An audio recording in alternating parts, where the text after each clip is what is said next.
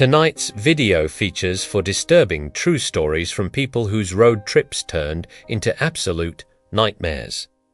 You're somewhere in Nevada, 3 hours past midnight. And the gas station attendant told you the next town is still 90 miles out. The road is empty, no streetlights. Just your headlights carving through absolute darkness. Then you see it in your rearview mirror.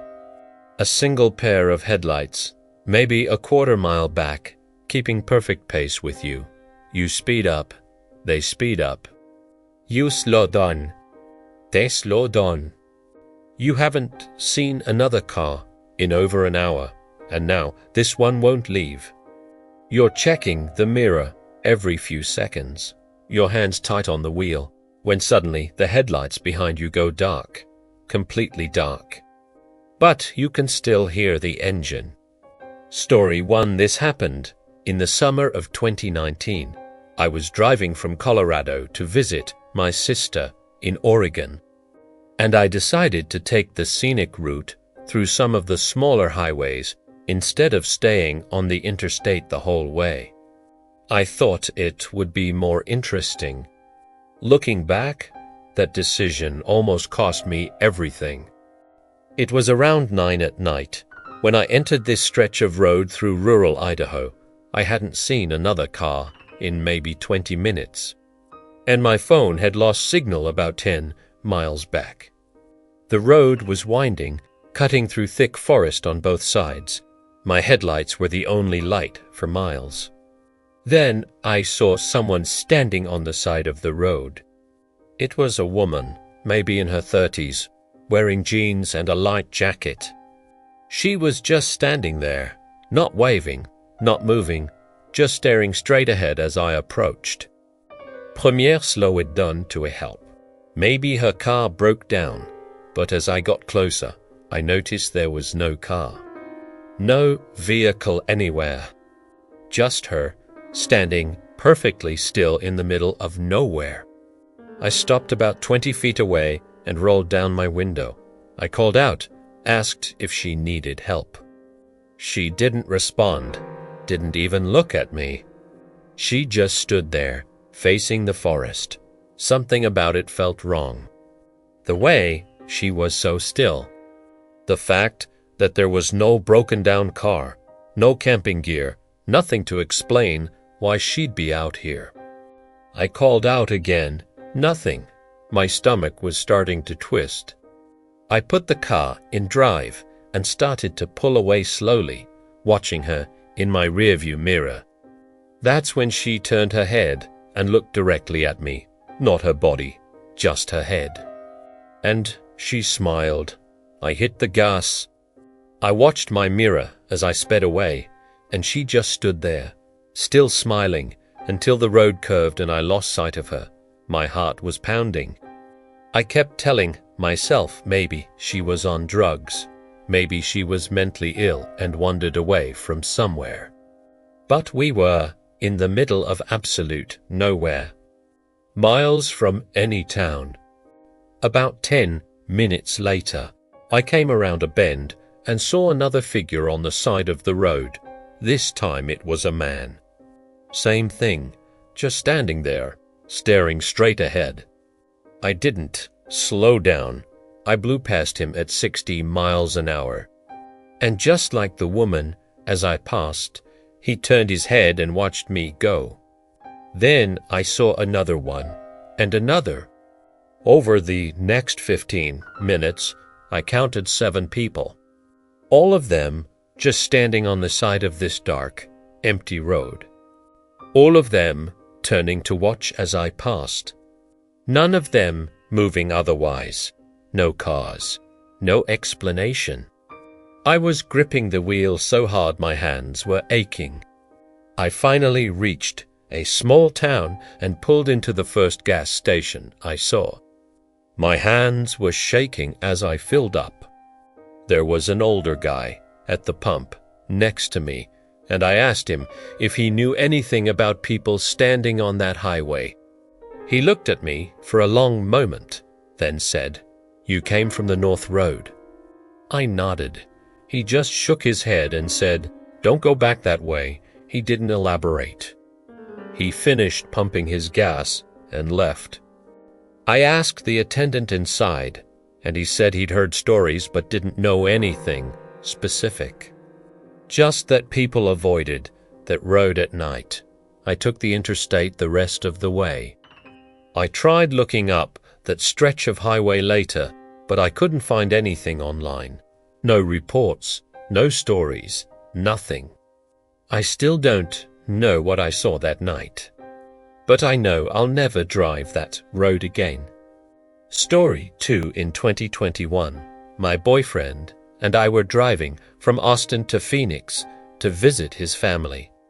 We'd been on the road for about 6 hours, and it was getting close to midnight. We were somewhere in West Texas, one of those long, flat stretches where you can see nothing but darkness and the occasional distant light.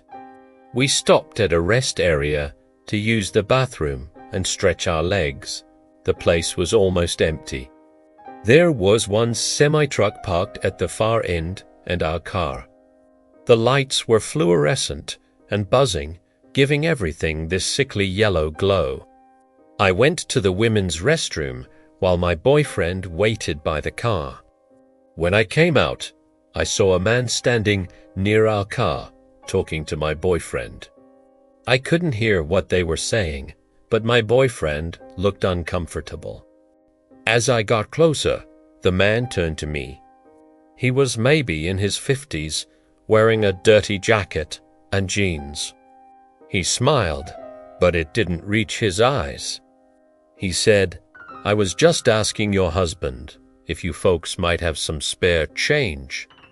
My car broke down a few miles back, and I'm trying to get enough for a tow." I looked around. I didn't see a broken down car. I told him we didn't have any cash. He kept smiling and said that was fine, but he kept standing there, not leaving. My boyfriend put his hand on my back and guided me toward the car. We got in, locked the doors, and pulled out. As we drove away, I looked back and saw the man walking toward the semi-truck. He knocked on the driver's door. I felt bad for a second, thinking maybe he really did need help. But then my boyfriend said he wasn't asking me for money. He was asking if we were traveling alone and how far we were going. That changed everything. I felt cold. My boyfriend said the guy had been weirdly specific, asking where we were headed, if we were meeting anyone, if anyone knew we were traveling this route. He said he gave vague answers, but the guy kept pushing. We decided to drive straight through without stopping again. About 40 minutes later, I noticed headlights behind us. They'd been there for a while, keeping the same distance. I didn't think much of it at first, but then I realized they'd been following us for over 20 miles. I told my boyfriend. He checked the mirror and sped up a little. The car behind us sped up too. Slowed down. We were the only two cars on this entire stretch of highway. My boyfriend said, "I'm going to pull off at the next exit and see if they follow." I agreed. The next exit was about 5 miles ahead. As we got closer, the car behind us started getting closer too. Close enough that I could see it was a dark sedan, but I couldn't make out the driver. We took the exit. They took it too. My heart was pounding. The exit led to a small road with nothing around. No town, no gas station, just darkness. My boyfriend made a quick right turn onto a side road, killed our lights, and pulled behind a cluster of trees. We sat there in silence, watching. The sedan came down the road slowly, like it was looking for us. It passed right by where we were hidden and continued down the road. We waited. After about 5 minutes, the sedan came back, even slower this time. It stopped about 50 yards from where we were hiding. just stopped in the middle of the road. Sat there for what felt like forever, but was probably 2 or 3 minutes. Then it turned around and drove back toward the highway. We waited another 20 minutes before we got back on the road. We didn't see the sedan again, but I kept checking the mirror the entire rest of the trip. We reported it to the highway patrol the next day, but I don't know if anything came of it. I still think about that man at the rest stop, the questions he was asking, the way he smiled, and I think about how empty that highway was. How easy it would have been for someone to just disappear out there. Story 3. This story is from my dad, but I was there when it happened. I was 12 at the time, so this was back in 2015. My dad and I were driving back from a fishing trip in northern Michigan. It was late October, and it got dark early. We were on a 2-lane highway, heading home, when my dad noticed the gas light come on. He said we'd stop at the next station, but we drove for another 30 minutes and didn't see anything. He started getting worried. Finally, we saw a sign for a gas station at the next exit. He took it. The station was old, really old. The kind with the ancient pumps and a small building that looked like it hadn't been updated since the 70s. There was one other car there, parked near the side of the building, but no one around. The lights were on inside, so my dad pulled up to a pump. He told me to stay in the car and lock the doors. He went inside to prepay. I sat there looking around. The place felt wrong. I couldn't explain it, but it felt off. The other car was a beige sedan, and the windows were fogged up. I kept staring at it, wondering if someone was inside. My dad came back out and started pumping gas. That's when I saw movement in the sedan. The driver's side door opened, and a man stepped out. He was tall, wearing dark clothes, and he didn't look at us. He walked around to the back of his car, opened the trunk, and just stood there, looking inside. My dad finished pumping and got back in the car. He started the engine, and that's when the man closed his trunk and looked directly at us. He started walking toward our car. Not fast, but with purpose. My dad didn't wait. He put the car in gear and pulled out quickly. As we drove away, I looked back and saw the man standing in the middle of the parking lot, just watching us leave. Then I saw something that made my blood run cold. The trunk of his car was still open, and I could see something inside. It looked like a rolled-up carpet or tarp, but the shape was wrong. It was too lumpy, too irregular. I told my dad what I saw. He didn't say anything, but he grabbed his phone and called the police. He reported the location and what I'd seen. They said they'd send someone to check it out. We never heard back about it. I tried to find that gas station again a few years later using Google Maps, but I couldn't locate it. The exit we took doesn't show any gas stations on the map. My dad remembers it too, so I know it wasn't just my imagination. But it's like the place doesn't exist. I still think about that man, the way he looked at us. And what was in that trunk? Story for last year, I was driving cross-country from North Carolina to Washington State. I'd been on the road for 2 days. And I was somewhere in Montana, trying to cover as much distance as possible before stopping for the night. It was around 11 p.m., and I was getting tired. I saw a motel sign off the highway and decided to stop. It was one of those small, run-down places with about 10 rooms in a single-story building, The neon sign was flickering.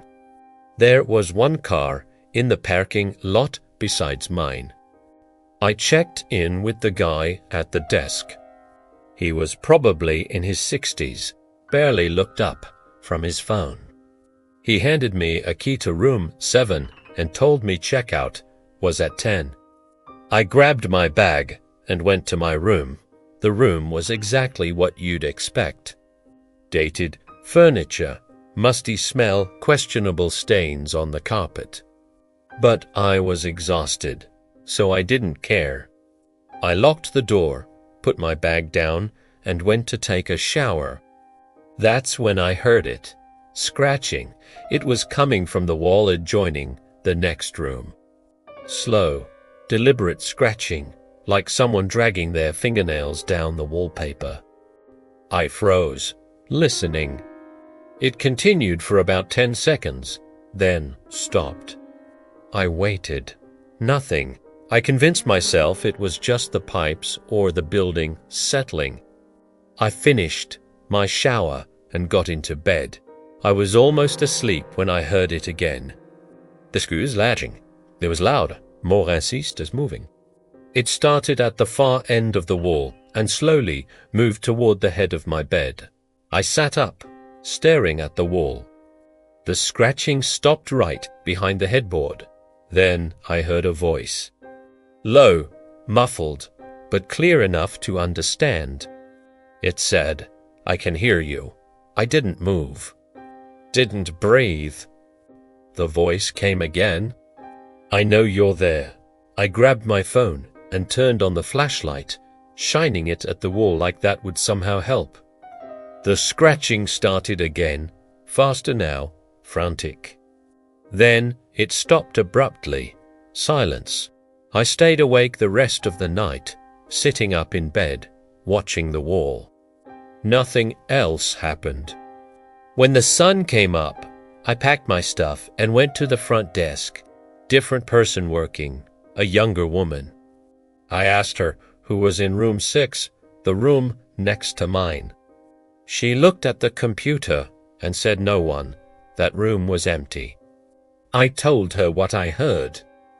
She looked uncomfortable and said sometimes the rooms made noises, old building and all. I asked if anyone had stayed in room 6 recently. She checked and said the last guest checked out 3 days ago. I left and didn't look back. I drove for hours before I stopped again. I kept thinking about that voice. The way it said, "I know you're there," like it was waiting for me to respond, like it wanted me to acknowledge it.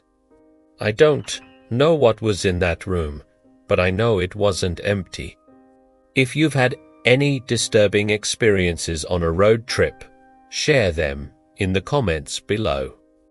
And if you enjoyed these stories, make sure to subscribe and hit the bell icon for more true horror content. Drive safe out there. You never know what's waiting on the road ahead.